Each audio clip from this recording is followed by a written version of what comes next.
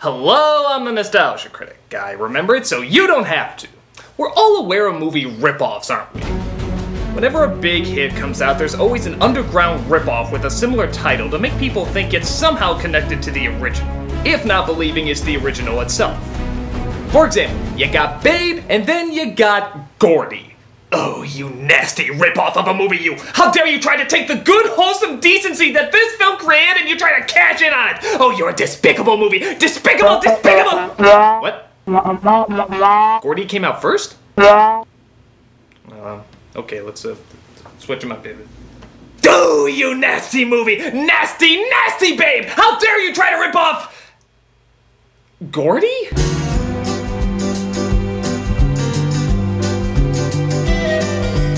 Yes, this is one of those strange instances where the ripoff may have come out before the original, if that even makes sense. It's about a pig on a farm separated from his family and somehow becomes world famous. Yeah, name one other movie that actually managed to do that. Okay, so the formula's been done to death. But this is the movie that almost got people to not see Babe because they thought it was the same thing. But hey, apparently kids liked it. As you can see, one reviewer quoted as saying, "Kids will squeal for Gordy." Come on, squeal! So let's not waste any time and start chewing the fat. This is Gordy. So it starts out with an old narrator telling the story about a little pig on the farm. Okay, if I point out all the similarities, we're gonna be here forever.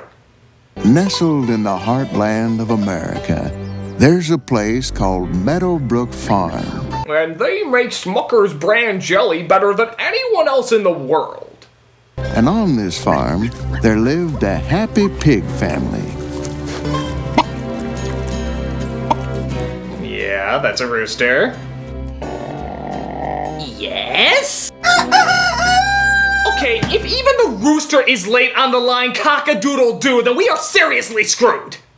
Okay, so some big bad rednecks come in to take the father, without consulting the farmer, by the way. In fact, you never even see the guy who owns this farm. And the rooster goes to inform one of the little pigs named Gordy.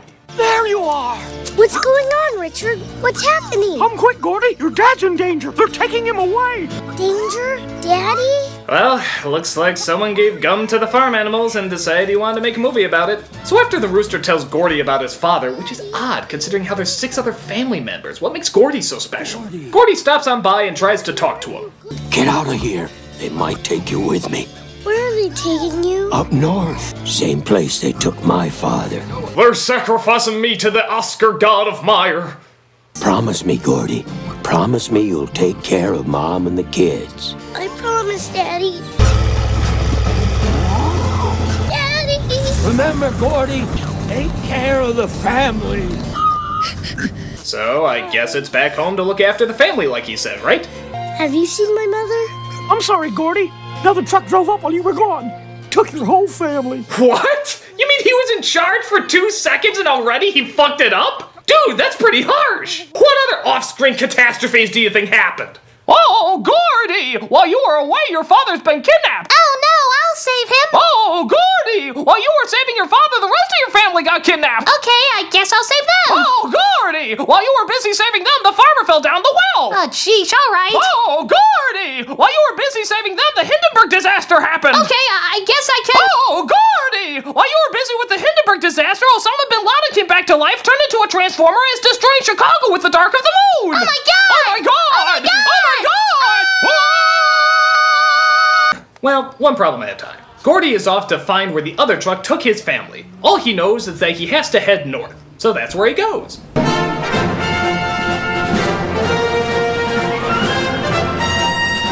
He comes across a bar that really puts the square in square dancing, where a country band plays for the crowd with the help of the lead singer's daughter.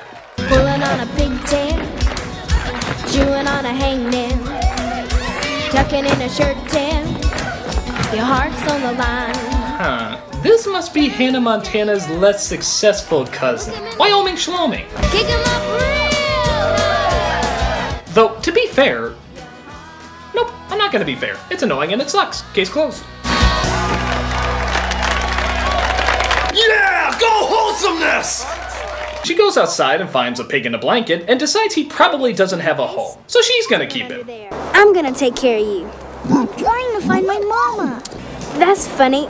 I could have sworn I heard you say mama. People can understand animals if they take the time to listen. No kidding!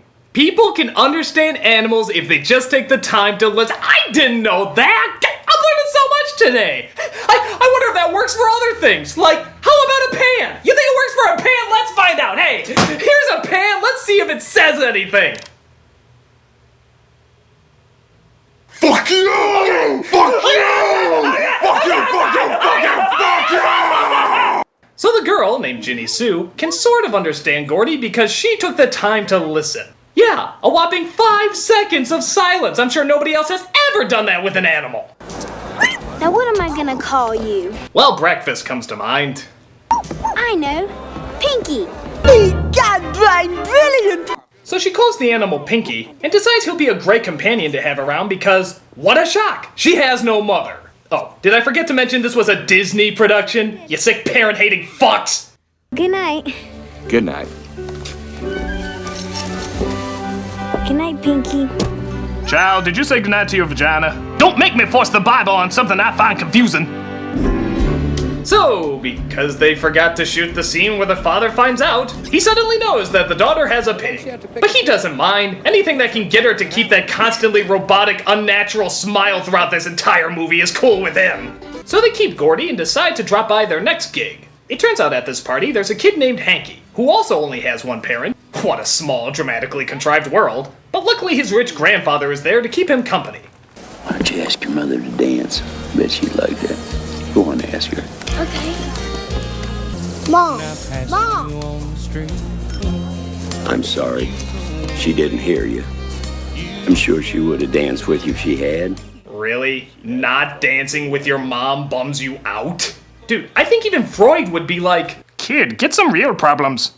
So he goes to his swimming pool where Ginny Sue comes by to keep him company. We saw the way that man treated you. Taking charge of your mom? He's our new boyfriend. Oh, by the way, did I mention that he can't swim? And yet he's hanging right off of a diving board? Isn't that like a person with vertigo trying to relax on top of the Empire State Building? I better get back. And you'll never believe where this leads. Quick, do the idiot paddle! Hanky, I can't swim! How do you think I feel? Hanky! No! So, in probably the most embarrassing way to be saved by anything, anywhere, the pig gets Hanky a floating duck and pushes him to safety. Weirdest rescue ever. Spider Pig, does whatever a Spider Pig does. With no one around to help, the pig apparently jumped into the swimming pool, pushing an inflatable pool toy, swam to the boy, and saved his life. Look at the reaction on his face. That's the words of this whole ridiculous scenario sinking in. You would have that reaction too if you had this story repeated back to you. We've been told that the young Royce is going to be okay. He's expected to make a complete recovery. Physically, yes. Mentally, no. You are bully me for the rest of your childhood, kid. You better start saving up for therapy bills because you ain't ever gonna recover from this. Hey there, Hanky. We came to cheer you up. But on the plus side, the pig becomes a hero, and the rich grandfather talks about making this sudden celebrity the mascot for his company. But Hanky's mother and fiance, who I guess are the bad guys now, actually don't want the pig and instead want her to be the mascot. But Gilbert, you promised to help me. How can you even ask me to compete with a pig? You know, unless you're in a Muppet movie, that line should never have any contact anywhere. So Hanky decides to adopt the pig from Ginny Sue, who I guess doesn't want him anymore. Kinda weird. And the fiancé is told to do 2 tests for marketing research. One with the mother and one with the pig. Listen carefully. You take care of the pig, and I want you to use this. This is a wide-angle lens. Why would you want to shoot anybody with this? Do as I tell you. Move. Oh no, a wide-angle lens! It's not like he can just back off the camera to make Gordy look normal! It's a wide-angle lens! A wide-angle lens! But it doesn't matter. Gordy tells Hanky about the wide-angle lens. Yeah, he can understand him now too. And Hanky switches the lenses around. And because this is obviously the world's worst director, he never looks through the lens to see how it's turning out. And because the fiancé is also the world's worst producer, he never looks at the footage and just sends it off to the test audiences. Boy, trusting world, isn't it? Goodbye, hero pig.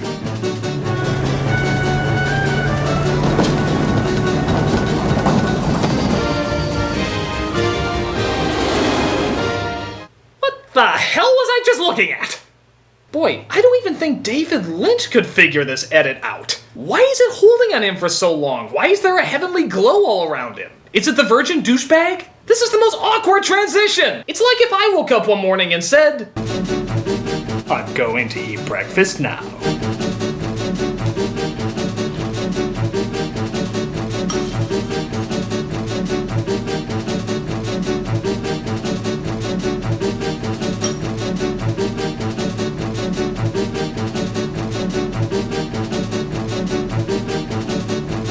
So something you may notice is kind of odd about this movie is that there isn't much of Gordy talking. Once in a while he'll say something, but it's mostly just watching the human characters. I guess they thought the world of marketing research was much more fascinating to kids than a talking pig. In keeping with the spirit of friendly competition, I've invited Hanky and his little friend Gordy to hear the results. Of course. I just hope they're not too disappointed. Well, way to talk to your future son-in-law, a-hole. Hero Pig outsold the competition 100 to 1. But Jessica had to win. I'm sorry, my dear. Let's take a look at the results. Oh no! They must have confused a wide-angle lens with a fucking funhouse mirror! Seriously, nobody checked this? I demand a retest. Sorry, Sipes. The public has spoken. We found our new image, ladies and gentlemen. Good job, everybody! We destroyed my daughter, but found a pig! It's a good week. So Gordy becomes a big hit, which of course upsets the fiancé, as they listen to the latest rap album that Gordy starred in called Pig Power in the House. Yes, I am dead serious.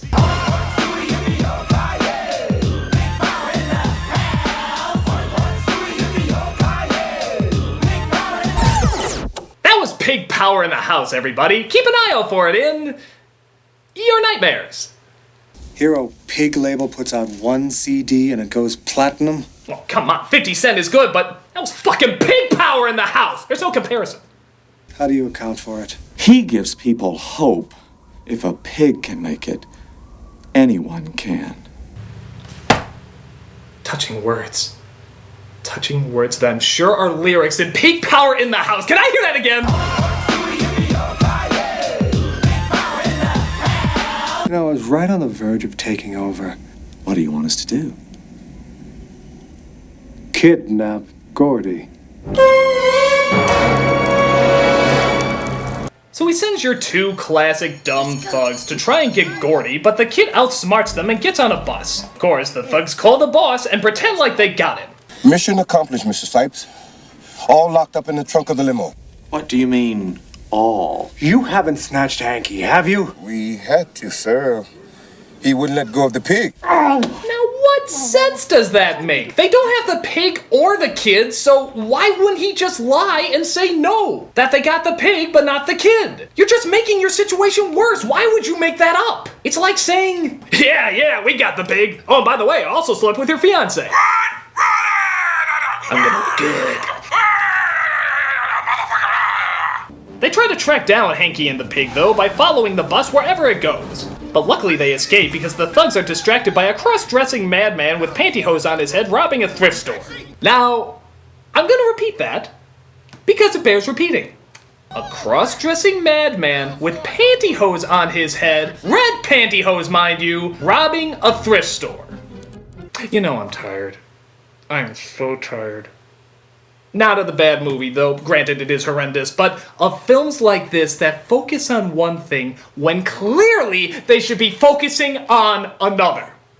What is this guy's backstory? Was he down on his luck? Was he a mental patient? What drove him to do this? Why is he dressed up that way? Any of these questions is far more interesting than knowing what's gonna happen to this fucking talking pig. And yet it's the fucking talking pig that we're focusing on! Shame on you, movie! Shame on you. So, getting back to the not cross-dressing robber story, Hanky and Gordy come across Ginny Sue and her dad, what a coincidence, and they decide to give him a lift, when they suddenly come across some sad, sad news. Henry Royce is listed in critical condition. The billionaire who suffers from a heart condition has taken a turn for the worse and is not expected to live. Grandpa. So, like most of the really important stuff that happens in this movie, the death happens off-screen and makes news around the world. He was laid to rest in St. Louis at a private family ceremony. And that must be why there's cameras covering the whole thing. Under ordinary circumstances, my beloved daughter Jessica would inherit my industrial empire. However, rather than devote her energies to corporate business, Jessica has chosen a personal career. With that in mind, Jessica will not be next in line to inherit Royce Industries. So the daughter doesn't get it and the grandson is too young to own it. Who's that gonna leave? Therefore, I leave my entire fortune in the care of Gordy. That's right, the fucking pig gets the fortune. Well, half the fortune anyway. I'm sure he left 1/4 to his pogo stick and the other 4 to the color blue. But hey, a will's a will. So now Gordy the pig is rich. You can't make this stuff up except for the fact that somebody has, and extremely poorly. With Hanky as his translator, yes, his translator, Gordy uses the money to play the stock market, get the company back on top, everything except looking for his fucking family. Hell, he even does TV interviews. Tell us, Gordy, as the new darling of Main Street and Wall Street, what are your views on the outlook for the American economy? That's very good, Gordy. Now, if you'll excuse me, my professional career as a journalist is over. So Gordy makes an appearance at a giant concert and brings up the fact that he's looking for his family. Hey, if Pig Power in the House isn't playing there, I'm not interested. But it's all good. Even President Bill Clinton gives a call to show his support. This is the President calling from the Oval Office. On behalf of the American people, it gives me great pleasure to unveil in your honor your very own postage stamp. If you'll excuse me, I'm gonna do something that'll promise I'd never land a spot in another kid's film again. Erotica, have a cigar. It turns out Gordy gets kidnapped as I guess security around the world's most valuable animal is pretty light. But one of the band members saves him and finds out that the fiancé was behind the whole thing. What are you doing? This has nothing to do with Hanky's inheritance. You don't have to be so grabby, Mr. Snipes. Go play your banjo, goober. Hey, those might be fighting words. You don't have to raise your voice in front of the young'un. Keep out of this, you ignorant hayseed. Doggy, looks like we got a hootenanny with a piggy wiggy.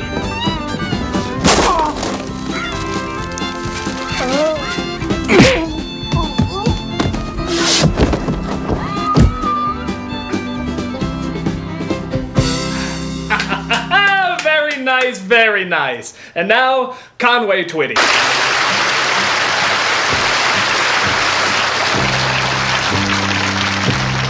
I can almost hear the stillness as it yields to the sound of your heart beating. Bum, bum, bum. So because the mother is suddenly a good guy now, she helps discover where the family is and they try to go and save them. Luckily they're at a slaughterhouse that the family just happens to own and the father just happened to be shipped to, and the owner just happens to believe that the little kid has the authority to shut it down. I guess this happens to be the mother of good timing. So Ginny Sue's father and Hanky's mother get together, despite the fact I think they shared a minute of screen time. Gordy gets back to his family and they all decide to live on the farm that apparently still has no farmer, so I guess that makes it okay. So that was Gordy, or as I like to call it, Pig in the Shitty. To be fair, the movie doesn't seem to rip off Babe too much, no more than any other story about a farm pig who becomes famous. I swear, it should be its own genre. It's just a stupidly told story that makes no sense. The pig doesn't talk much, and when he does, it looks like he's having a heart attack. We never see him with his family, so there's no concern about finding them, and a lot of the scenes are just straight up awkward. There is pretty much nothing on this DVD worth looking at. Unless... Holy shit, Pig Power in the House music video? No, that can't be serious. There cannot actually be a Pig Power in the House music video.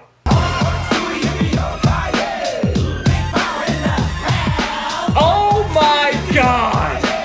There's actually a Pig Power in the House music video that people put money into. People spent money on a Pig Power in the House music video. Jesus.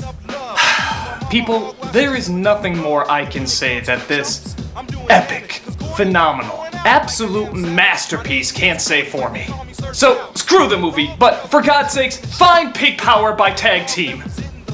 I'm the Nostalgia Critic, and Pig Power's in the house!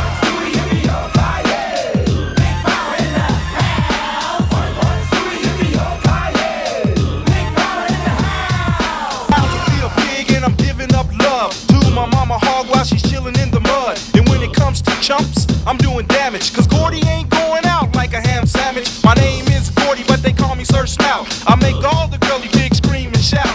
The Mac Daddy hog representing the swine. Throwing up Pig Power cause the power's all mine.